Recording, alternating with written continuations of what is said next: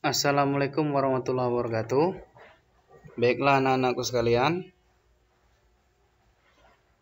terkait dengan materi kita hari ini, yaitu tentang praktek peradilan, di mana saya sendiri sebagai dosennya yang bernama Reza Iswanto SHMH. Baiklah, untuk mempersingkat waktu, segera masuk materi yang selanjutnya, yaitu asas hukum dan asas-asas dalam peradilan. Jadi di sini ada dua pembahasan kita. Yang pertama asas hukum, yang kedua asas-asas dalam peradilan. Baiklah, untuk yang pertama terkait dengan pengertian asas hukum, yaitu landasan atau dasar atau petunjuk yang bersifat universal atau umum di dalam membuat suatu aturan hukum atau undang-undang. Namun, walaupun undang-undang bersifat konkret, akan tetapi undang-undang tersebut tidak boleh bertentangan dengan asas hukum. Begitu pula dengan putusan hakim yang tidak boleh bertentangan dengan asas hukum. Oleh karena itu, asas hukum selain diistilahkan sebagai landasan secara luas, asas hukum juga merupakan jantungnya hukum di dalam pembuatan aturan hukum atau undang-undang. Baiklah, itu tadi terkait dengan pengertian dari asas hukum. Masuk materi yang selanjutnya, yaitu tentang asas-asas dalam peradilan. Sebagaimana telah saya sebutkan pertemuan terdahulu, kita di sini ada 4 pengadilan, yaitu peradilan umum, peradilan agama, peradilan militer, dan peradilan tata usaha negara. Adapun materi yang pertama yaitu asas-asas dalam peradilan umum. Asas-asas umum di dalam peradilan umum yang terdapat dalam hukum acara dan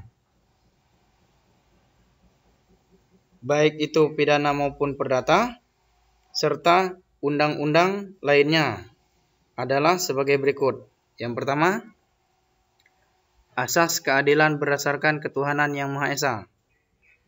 Asas ini terdapat di dalam pasal 29 Undang-Undang Dasar Negara Republik Indonesia tahun 1945 yang berbunyi bahwa negara berdasarkan ketuhanan yang Maha Esa. Oleh karena itu, setiap putusan yang dikeluarkan oleh majelis hakim harus berdasarkan kepada ketuhanan yang Maha Esa. Selain itu juga di dalam putusan hakim, kalimat demi keadilan berdasarkan ketuhanan yang Maha Esa harus dijadikan pada kepala putusan hakim atau disebut dengan istilah irah-irah putusan hakim, sehingga putusan tersebut mempunyai daya eksekutor. Baiklah, itu pengertian terkait dengan asas yang pertama, yaitu asas yang kedua adalah asas praduga tidak bersalah. Asas praduga tidak bersalah dinyatakan bahwa setiap orang yang menjalankan proses persidangan sebelum divonis dengan putusan hakim dalam pengadilan, maka selama masih di dalam proses persidangan, pelaku tindak pidana tersebut masih dinyatakan tidak bersalah. Sehingga di dalam proses di kepolisian, pelaku tindak pidana tersebut disebut dengan istilah tersangka. Karena perbuatan pelaku tindak pidana itu masih disangka-sangka oleh pihak kepolisian. Dan di dalam proses persidangan, pelaku tindak pidana itu disebut dengan istilah terdakwa.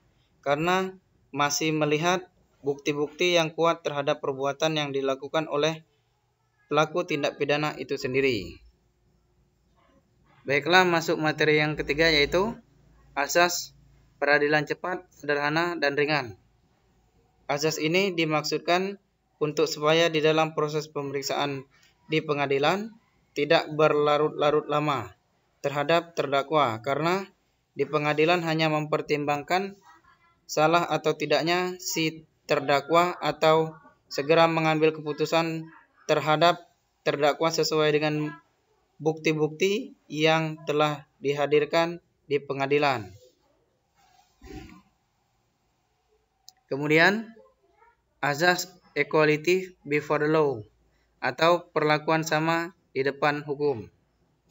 Azas ini dimaksudkan untuk menghendaki adanya keadilan dalam arti setiap orang adalah sama di depan hukum dan setiap orang harus diperlakukan sama. Selain itu juga azas ini timbul karena disebabkan oleh setiap negara harus memperhatikan hak-hak warga negaranya tanpa harus melihat status jabatan atau sosialnya, sehingga semua warga negara masyarakat mendapatkan haknya sebagai warga negara. Kemudian yang selanjutnya, azas bantuan hukum. Azas bantuan hukum ini bermakna bahwa setiap orang mempunyai kesempatan untuk mendapatkan bantuan hukum pada tingkat pemeriksaan guna untuk pembelaan pada dirinya karena orang tersebut belum tentu memahami dalam beracara di pengadilan. Pada dasarnya, bantuan hukum itu adalah upaya atau jasa hukum yang diberikan khusus kepada golongan tidak mampu atau fakir miskin guna untuk pembelaan, di mana jasa hukum tersebut diberikan secara cuma-cuma baik di luar maupun di dalam pengadilan. Baiklah, masuk yang selanjutnya yaitu asas pemeriksaan hakim yang langsung dan lisan.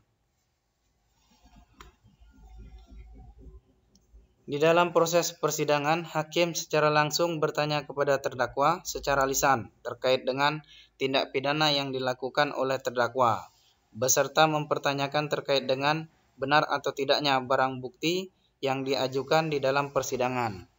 Untuk itu dibutuhkan secara langsung keterangan dari terdakwa itu sendiri. Tujuan dilakukan pemeriksaan oleh hakim secara langsung dan lisan ini guna untuk menjadikan pertimbangan bagi hakim sebelum menjatuhkan putusan terhadap terdakwa dan memikirkan berat ringannya penjatuhan yang akan ditanggung atas perbuatan yang dilakukan oleh terdakwa. Baiklah, azas yang selanjutnya yaitu azas oportunitas. Azas ini di dalam peradilan adalah salah satu penegakan hukum yang khusus diberikan kewenangan untuk melakukan penuntutan. Adapun penegak hukum yang dimaksud dalam hal ini adalah jaksa, sehingga dapat kita kenal dengan istilah jaksa penuntut umum di dalam sistem peradilan. Kewenangannya dalam hal ini adalah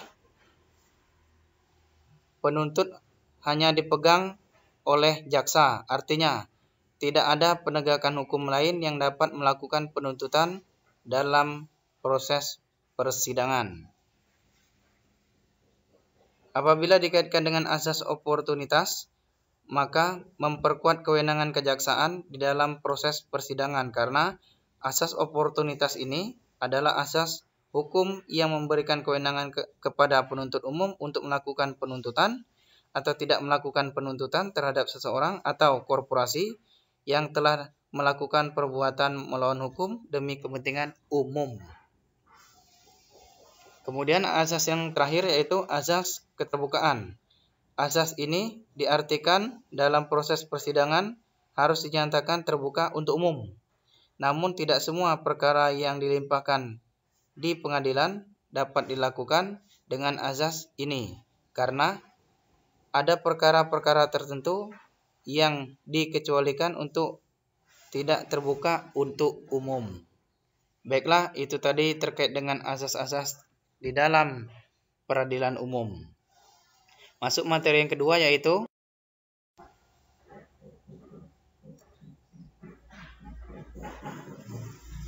asas-asas dalam peradilan agama. Yang pertama yaitu azas bebas merdeka. Maksud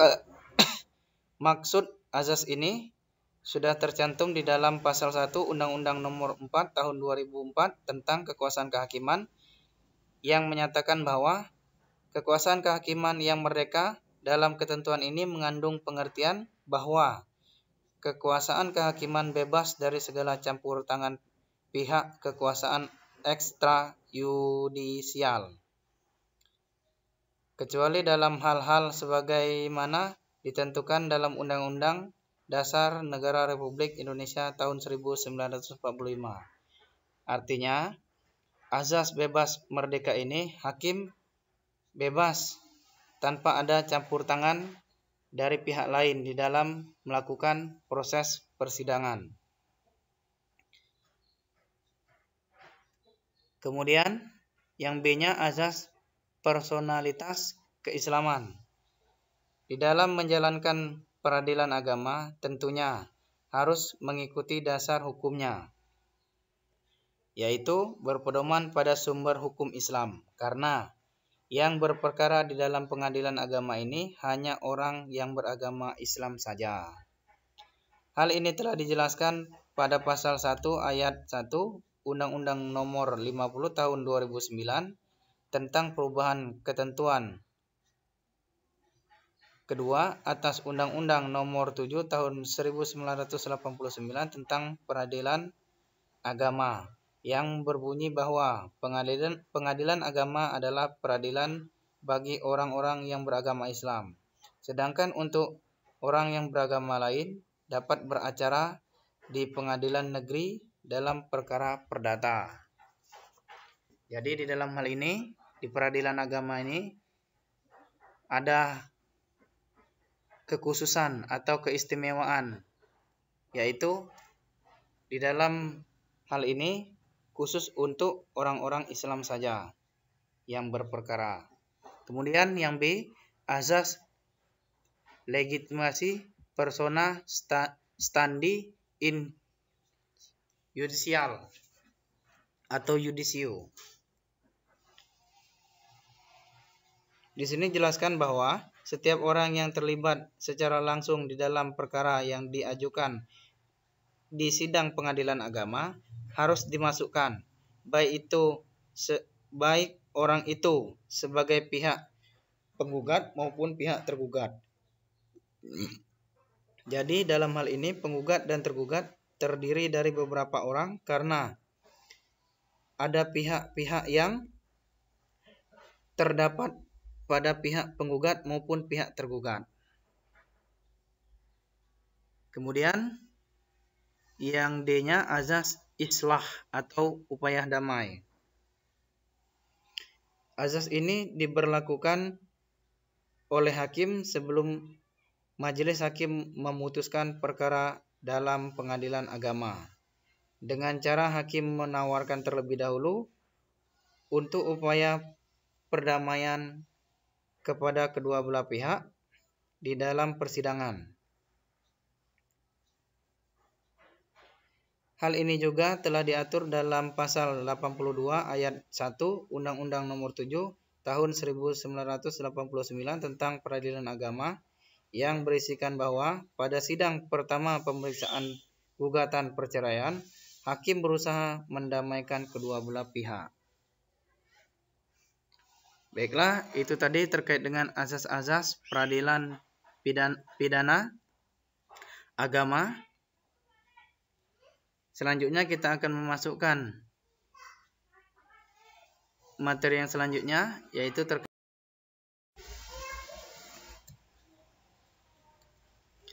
asas-asas dalam peradilan militer. Asas dalam peradilan militer yang pertama yaitu azas kesatuan komando.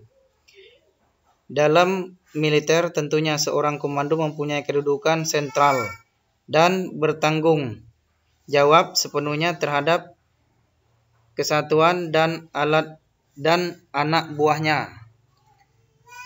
Seorang komando diberi kewenangan untuk menyerahkan perkara dalam penyelesaian perkara pidana dan berkewajiban untuk menyelesaikan sengketa tata usaha angkatan bersenjata yang diajukan oleh anak buahnya melalui upaya administrasi.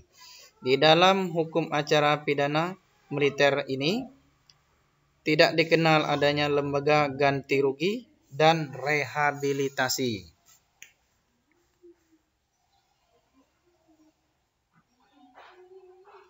Kemudian azas yang kedua yaitu azas komando bertanggung jawab terhadap anak buahnya. Komando dalam kehidupan militer berfungsi sebagai seorang pemimpin, guru, bapak, teman, saudara maupun pelatih, sehingga seorang komando harus bertanggung jawab penuh terhadap kesatuan dan anak buahnya. Baiklah, untuk azas yang ketiga yaitu azas kepentingan militer. Dalam menyelenggarakan pertahanan dan keamanan negara, kepentingan militer diutamakan melebihi daripada kepentingan golongan atau perorangan. Namun, khusus dalam proses peradilan, kepentingan militer selalu diseimbangkan dengan kepentingan hukum. Baiklah, itu tadi terkait dengan azas-azas peradilan di dalam peradilan militer. Kemudian selanjutnya yaitu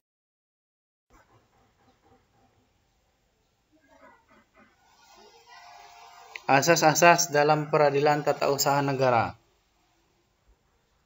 Di dalam tata usaha negara ini ada terdiri dari beberapa asas. Yang pertama, asas praduga rexmatik. Asas ini mengandung arti bahwa setiap tindakan pemerintah harus selalu dianggap rexmatik atau benar menurut hukum sampai ada pembatalan oleh yang berwenang.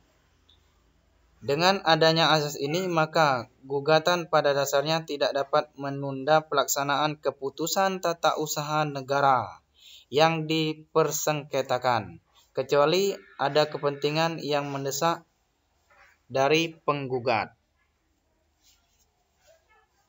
Baiklah, azas yang selanjutnya yaitu azas pembuktian bebas. Dalam hal ini, hakim yang menetapkan pembebasan dalam hal ini hakim yang menetapkan beban pembuktian. Azas ini di dalam Undang-Undang nomor 5 tahun 1986 tentang peradilan tata usaha negara pada pasal 10 yaitu hakim menentukan apa yang harus dibuktikan, beban pembuktian beserta penilaian pembuktian, dan untuk sahnya pembuktian diperlukan sekurang-kurangnya 2 alat bukti berdasarkan keyakinan hakim. Baiklah, itu tadi terkait dengan azas pembuktian bebas.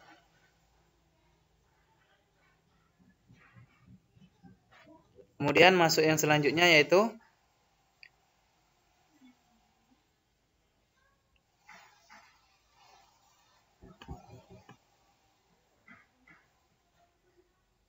azas keaktifan hakim.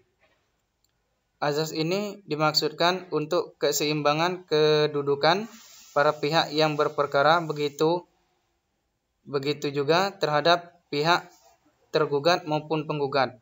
Sebab dalam hal ini apabila informasi yang dibutuhkan oleh penggugat ada pada tergugat, maka hakim berhak untuk memerintahkan tergugat memberikan informasi yang dibutuhkan oleh penggugat. Dalam hal ini, yang bertindak sebagai tergugat adalah pejabat atau badan tata usaha negara, sedangkan sebagai penggugat adalah orang atau badan hukum perdata. Baiklah, selanjutnya yaitu azas putusan pengadilan mempunyai kekuatan mengikat erga omnes. Dalam hal ini, sengketa tata usaha negara adalah sengketa hukum publik. Dengan demikian, Putusan pengadilan tata usaha negara berlaku bagi siapa saja, tidak hanya bagi para pihak yang bersengketa. Ini artinya putusan dikeluarkan oleh pengadilan tata usaha negara berlaku untuk umum. Baiklah, anak-anakku sekalian, itu tadi terkait dengan materi yang telah saya sampaikan. Semoga materi yang saya sampaikan dapat bermanfaat untuk kalian semua terkait dengan praktek peradilan yang berisikan tentang pengertian azas hukum dan azas-azas dalam peradilan. Jika ada kata-kata yang salah, saya mohon maaf, dan jika ada pemaparan yang kurang berkenan, saya mohon maaf. Dalam hal ini, saya hanya menyampaikan materi, tidak ada unsur-unsur lain yang menyinggung perasaan. Baiklah, saya akhiri. Wabillahi taufiq wal hidayah. Wassalamualaikum warahmatullahi wabarakatuh.